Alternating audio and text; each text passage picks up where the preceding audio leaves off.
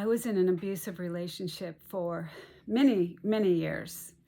I fell into the trap of absorbing and taking far too much ownership for how I was being treated.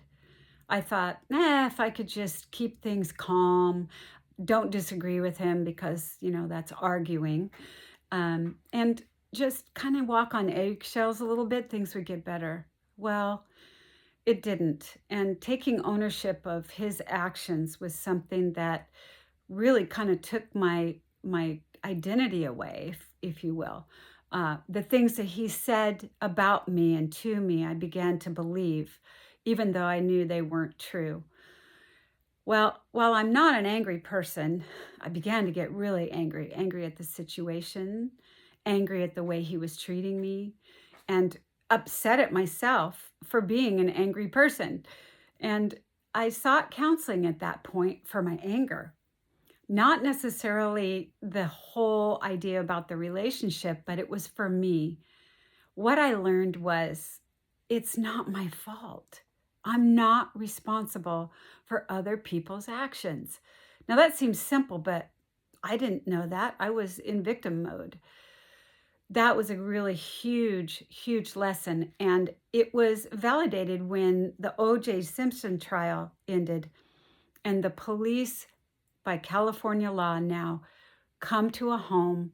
And when before they would ask the woman, Mrs. Hahn, do you want us to handcuff and take your husband away since he just shoved you? That's no longer in effect. No abused woman is going to say, yes, handcuff him, take him away, because why? She fears the retaliation from the abuser when he comes back. So now, if a woman calls the police and there's any evidence whatsoever of abuse, the police choose for her. They take the responsibility of the actions and they make sure they handcuff him and make him pay the consequence he deserves. I also learned not to absorb what people think or say that is not true.